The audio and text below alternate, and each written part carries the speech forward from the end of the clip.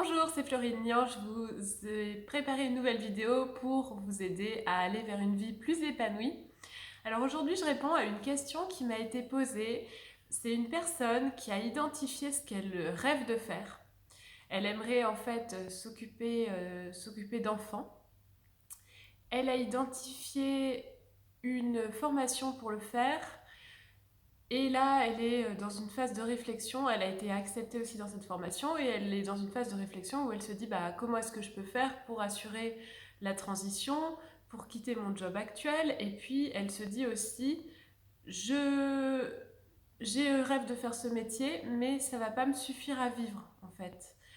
Et du coup, voilà, elle est en réflexion à la fois sur comment gérer le passage, la phase de transition, et quelle deuxième activité elle pourrait mener. Alors déjà, pour gérer la phase de transition, vous avez plusieurs possibilités, ça je vous en ai déjà un petit peu parlé. Première option, vous quittez votre job actuel complètement, vous faites, si vous pouvez, une rupture conventionnelle, ou alors renseignez-vous bien sur les modalités de démission et d'accès peut-être à des droits au chômage qui vous permettraient derrière de rebondir. Donc ça, c'est la première possibilité. La deuxième possibilité, c'est de vous former tout en passant à temps partiel. Et la troisième possibilité, c'est de garder votre job à plein temps et de vous former. Notamment, ça peut être possible si c'est des formations courtes ou des formations à distance. Donc là, de toute façon, il y a les trois possibilités. Ensuite, comment faire si le truc qu'on a identifié, le truc qu'on rêve de faire, eh bien, on sait qu'il ne va pas nous permettre de vivre complètement, soit pendant un temps, soit tout le temps en fait. Parce que parfois, effectivement, il y a des activités qui sont géniales, mais pas forcément assez rémunératrices pour qu'on puisse subsister, quoi. Alors là, du coup, cette personne, elle recherche une deuxième activité et elle ne sait pas trop ce que ça pourrait être. Donc là, je vais vous donner quelques clés. Ce que je vous invite à faire, c'est déjà, on le voit là actuellement, on est dans une période un peu de crise. Tous les indépendants, notamment par exemple, eh ben, il y en a qui vont pouvoir avoir des aides, mais pas tous, et puis ça va être un peu compliqué. Et on est tous un peu à l'arrêt. Donc, ce que je vous invite à faire, c'est à peut-être réfléchir à une deuxième activité qui serait un peu safe en temps de crise si votre première activité, votre activité idéale ne l'est pas. Ok. Donc, vous voyez, ça peut être un élément à intégrer parce que le jour où il y a une situation comme on vit aujourd'hui, vous serez très content d'avoir ce filet de sécurité, cette boîte de sauvetage.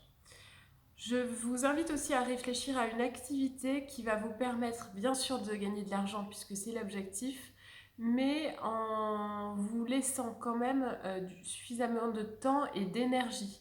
Le risque, c'est que cette deuxième activité vous pompe trop d'énergie, par exemple, ou qu'elle occupe tout votre temps, et si c'est le cas, ça va être difficile d'avancer vers la réalisation de votre rêve.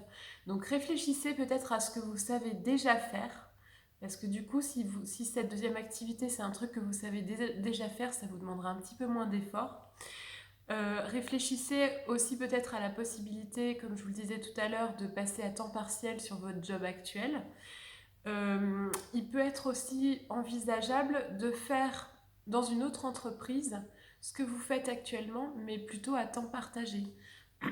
Parfois, il y a des entreprises plus petites, genre des PME par exemple, qui cherchent des responsables marketing ou responsables RH à temps partagé ou des assistants, assistantes à temps partagé, etc.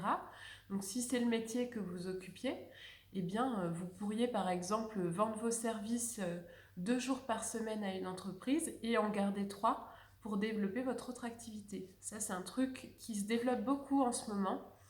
Et du coup, ça laisse pas mal de possibilités à ceux qui le souhaitent. Donc, voilà, là, je vous invite vraiment à réfléchir à des choses qui ne vous demandent pas, comment dire, un effort trop violent, même si, bien sûr, vous allez vous impliquer dedans comme il le faut, pour pouvoir avoir assez d'énergie pour aller vers la réalisation de vos rêves, pour que toute votre attention ne soit pas portée euh, à cet endroit euh, qui n'est pas forcément là où vous voulez être toute la vie ou qui n'est pas en tout cas le seul endroit où vous voulez être. il faut quand même que cette activité, cette deuxième activité, soit nourrissante pour vous. Idéalement, ça devrait être un terrain de jeu pour pratiquer ce que vous apprenez par ailleurs. Si, je ne sais pas moi, si vous apprenez à vous occuper d'enfants avec la méthode Montessori, si votre deuxième activité permet de, je ne sais pas moi, si vous faites de l'assistanat par exemple, vous ne serez pas avec des enfants dans cette deuxième activité, mais est-ce qu'il n'y a pas des méthodes Montessori peut-être à appliquer dans le cadre de cet autre job pour que les personnes autour de vous, eh ben, elles apprennent à faire les choses par elles-mêmes, qu'elles apprennent à s'intéresser à des trucs. Enfin, je sais pas, c'est peut-être complètement idiot ce que je vous dis, mais en tout cas, réfléchissez-y. Voyez si vous pouvez pas nourrir votre nourrir votre cet élan que vous avez dans cette deuxième activité. Et puis bah voilà, la deuxième activité, elle peut vous nourrir de façon très simple aussi. Ça peut être juste avoir des collègues qui sont sympas, avec qui vous rigolez un peu. Moi, je constate souvent que les gens qui se lancent dans une reconversion ou dans un gros projet, du coup, c'est des projets sérieux et en fait, ils, ils rigolent moins, ils sont peut-être un peu plus seuls aussi. Donc, si cette deuxième activité vous permet de garder un lien humain fort, de rigoler, de faire des pauses café de temps en temps, enfin, de manger à la cantine, je vais dire des trucs bêtes. Moi, c'est des choses qui m'ont un peu manqué quand j'ai quitté le salariat et du coup, je me dis que ça pourrait peut-être vous faire du bien. Donc, des collègues sympas ou alors ça peut être une finalité qui a du sens pour vous, que vous voyez vraiment le but de cette activité et qui vous parle en fait. Et puis ça peut être tout simplement des tâches que vous aimez bien réaliser, même si c'est pas votre ikigai comme on dit. Si vous y prenez quand même un certain plaisir, et ben ce sera facile, ça avancera et du coup ça vous bouffera pas trop d'énergie, vous serez efficace, donc ça vous bouffera pas trop de temps non plus, et du coup vous pourrez quand même avancer par ailleurs. Voilà, j'espère que cette vidéo vous a inspiré, j'espère qu'elle vous aide dans vos réflexions si vous êtes dans ce questionnement, et je vous dis à très bientôt.